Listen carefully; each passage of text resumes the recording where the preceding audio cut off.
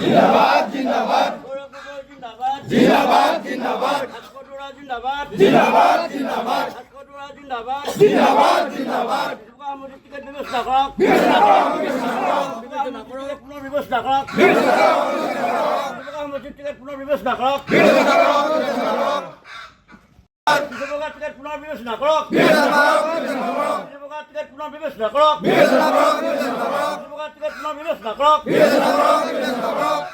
দুখ লাগে আৰু পৰিতাপৰ কথা, কাৰণ একনিষ্ঠ দলৰ কৰ্মকৰ্তা হিচাপে আমি কাম কৰি আছোঁ।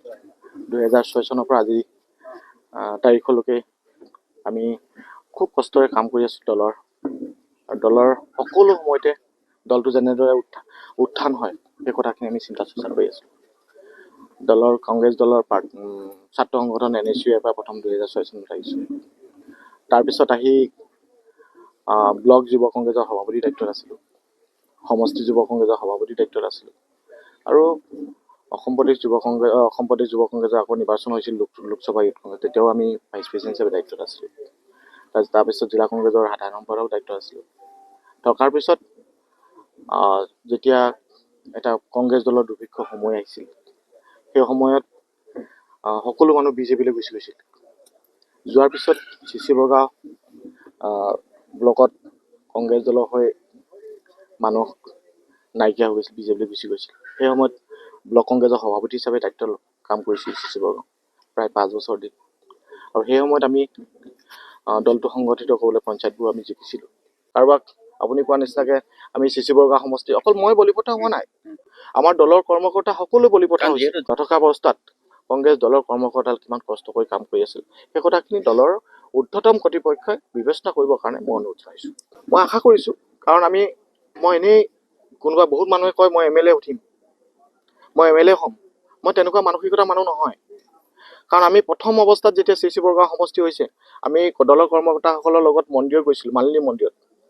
আমি ভাবিছিলোঁ যে প্ৰতিনিধি হ'ম, মই দুধুৰ-মুধুৰ অৱস্থাত আছিলোঁ, মই নিজে প্ৰতিনিধি হ'ম বুলি ভাবিছোঁ, ৰাইজে বিচাৰিব নিবিচাৰে। সেইকাৰণে গলিয়ে গলিয়ে চুবুৰীয়ে প্ৰত্যেকটো সমস্যাৰ লগত প্ৰত্যেকজন ব্যক্তিক মই চিনি পাব বিচাৰিছিলোঁ, মোক চিনি পোৱাটো বিচাৰিছিলোঁ। তেতিয়া এটা মোৰ বিশ্বাস হৈছিল যে CC বৰগাঁও সমষ্টিৰ ৰাইজে মোক প্ৰতিনিধি হিচাপে বিচাৰে, আৰু সেইকাৰণে আগবাঢ়িছিলোঁ। দলৰ নেতৃত্ব কৰিছিলোঁ, দলৰ নেতৃত্বই কৈছিল কাম কৰা, তুমি ফালিচিৰি কাম কৰা, দলৰ কাৰণে কাম কৰা, আমি তোমাৰ লগত আছোঁ।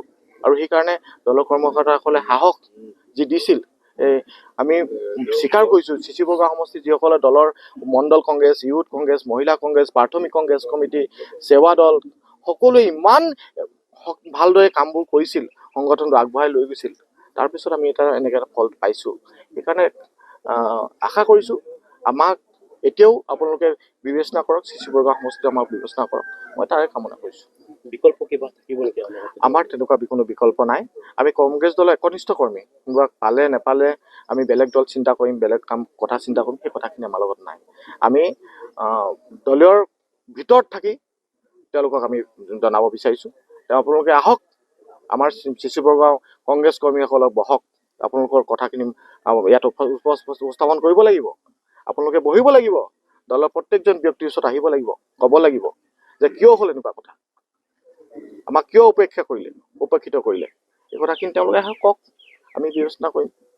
আমাৰ দলৰ কংগ্ৰেছ কৰ্মীসকলে দলতে থাকিব, কোনোদিন আমি বেলেগ চিন্তা নকৰোঁ, কিন্তু তেওঁলোকে আহি আমাক বুজাব লাগিব, ক'ব লাগিব কিয় এনেকুৱা হ'ল কথা। আমি বৰ দুঃখিত, যিহেতু যোৱাকালি ৰাতি অসম প্ৰদেশ কংগ্ৰেছ কমিটি আৰু ৰাইজৰ দলৰ সভাপতি যি ডিচিশ্যন ল'লে আমি ভাল পাইছোঁ, কিন্তু আমাৰ CC বৰগাঁও সমষ্টিৰ যিটো ৰাইজৰ দলৰ টিকেট ঘোষণা কৰিছে, সেইজন মানুহক ৰাইজে কোনোৱে নিবিচাৰে। সেইকাৰণে মই এতিয়াও আহ্বান জনাইছোঁ আমাৰ অসম প্ৰদেশ কংগ্ৰেছ কমিটিৰ সভাপতি আৰু অখিল গগৈ ডাঙৰীয়াক আমি আহ্বান জনাইছোঁ, আমি যিহেতু CC বৰগাঁও সমষ্টিত বহুত কষ্ট কৰি CC বৰগাঁও সমষ্টিত অন্ততঃ 230টা চেণ্টাৰ আছে, বুথ চেণ্টাৰ আছে, 230টা চেণ্টাৰৰ আমি কংগ্ৰেছ দলৰ পূৰ্ণ গতিত আমি এইবাৰ জয়যুক্ত কৰাবৰ কাৰণে আপ্ৰাণ চেষ্টা কৰি, আৰু ৰাইজে সদল বলে ওলাই আহিছে। এই ৰাইজৰ চিন্তা চৰ্চা কৰা আমাৰ কৰ্মীসকলৰ যিটো চিন্তা কৰিছে, সেইটোক আমি পুনৰ আহ্বান জনাইছোঁ গৌৰৱ গগৈ ডাঙৰীয়াক, এই ৰাইজৰ জলক ছিটটো দিলেও আমাৰ কংগ্ৰেছৰ পৰা লাগি থকা ভাস্কৰ দুৱাৰাক এই ছিটটো এৰি দিব লাগে বুলি মই আহ্বান জনাইছোঁ।